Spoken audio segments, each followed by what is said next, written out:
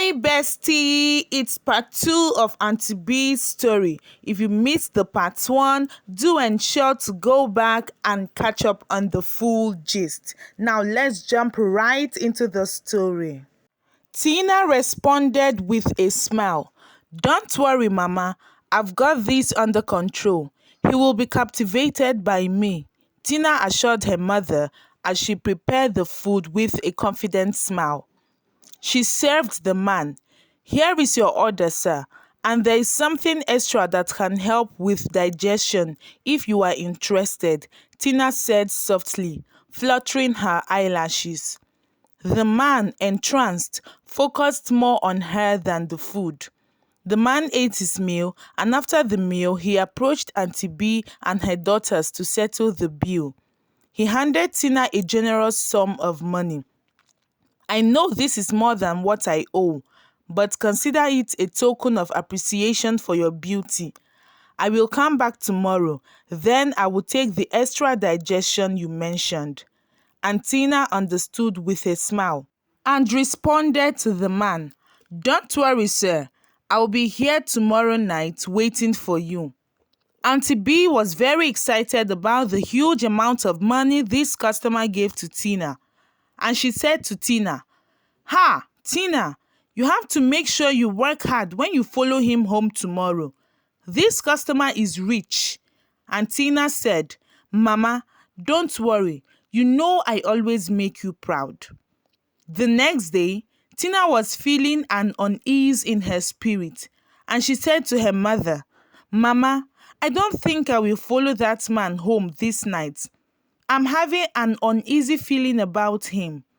Don't worry, Mama, maybe some other time I'll follow another customer.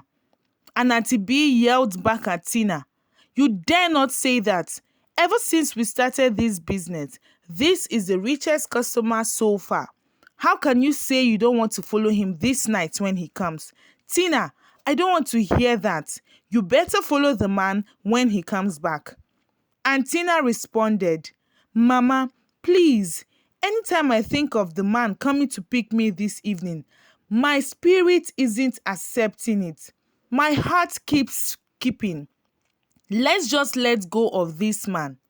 And Aunty B was not ready to listen to whatever her daughter was saying. And she said, Tina, you must follow this man, and that is final. And because Tina wanted to respect her mother as usual, she reluctantly agreed to follow the man that evening.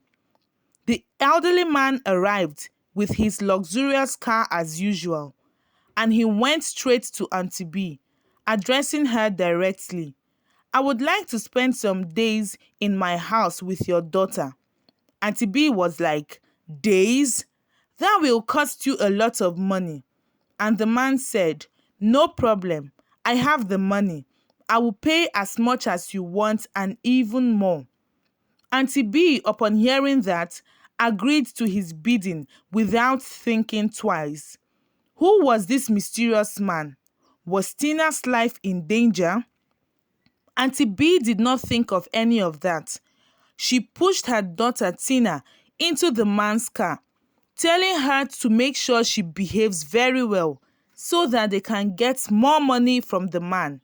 And the man left with Tina. Aunty B did not suspect anything because the man had already told her that Tina was going to be spending some days with him.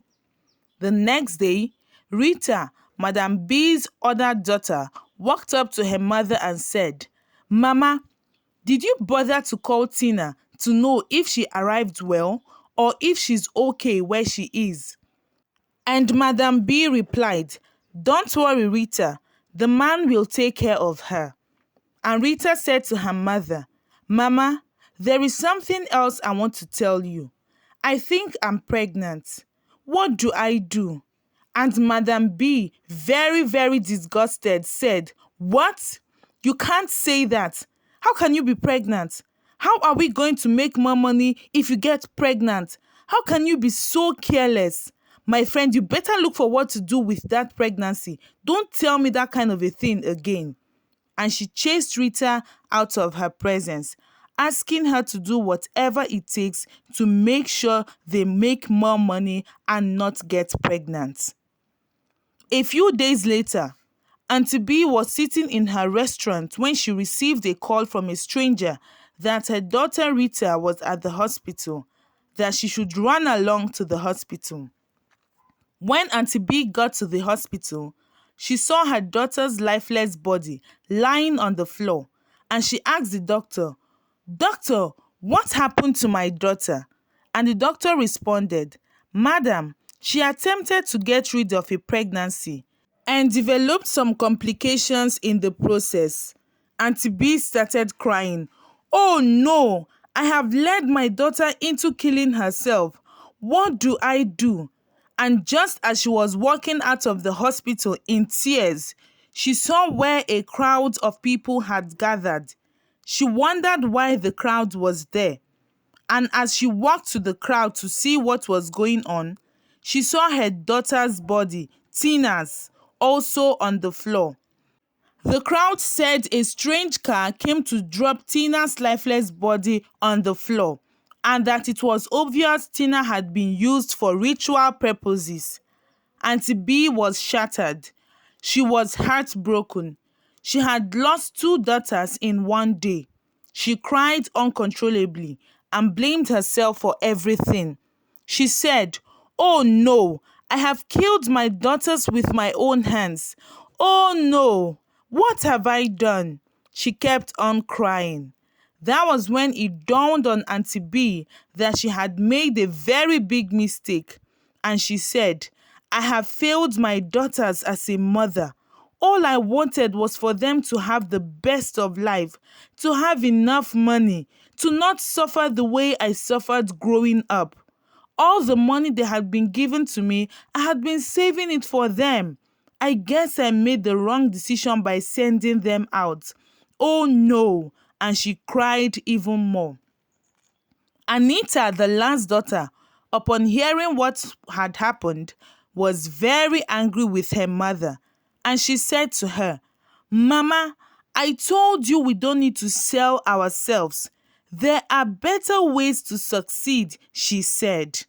And Madam B apologized to Anita. "You are very right, my daughter. I wish I listened to you from the beginning. Please forgive me, my daughter. Everything I did was for you and your sisters. I didn't know it would turn out like this." And Madam B closed down her restaurant completely and looked for other ways she could make money. I mean, after losing her two daughters, she wasn't ready to continue with that line of business again. And she focused more on seeing Anita through her education and became the better mother that she was supposed to be in the first place.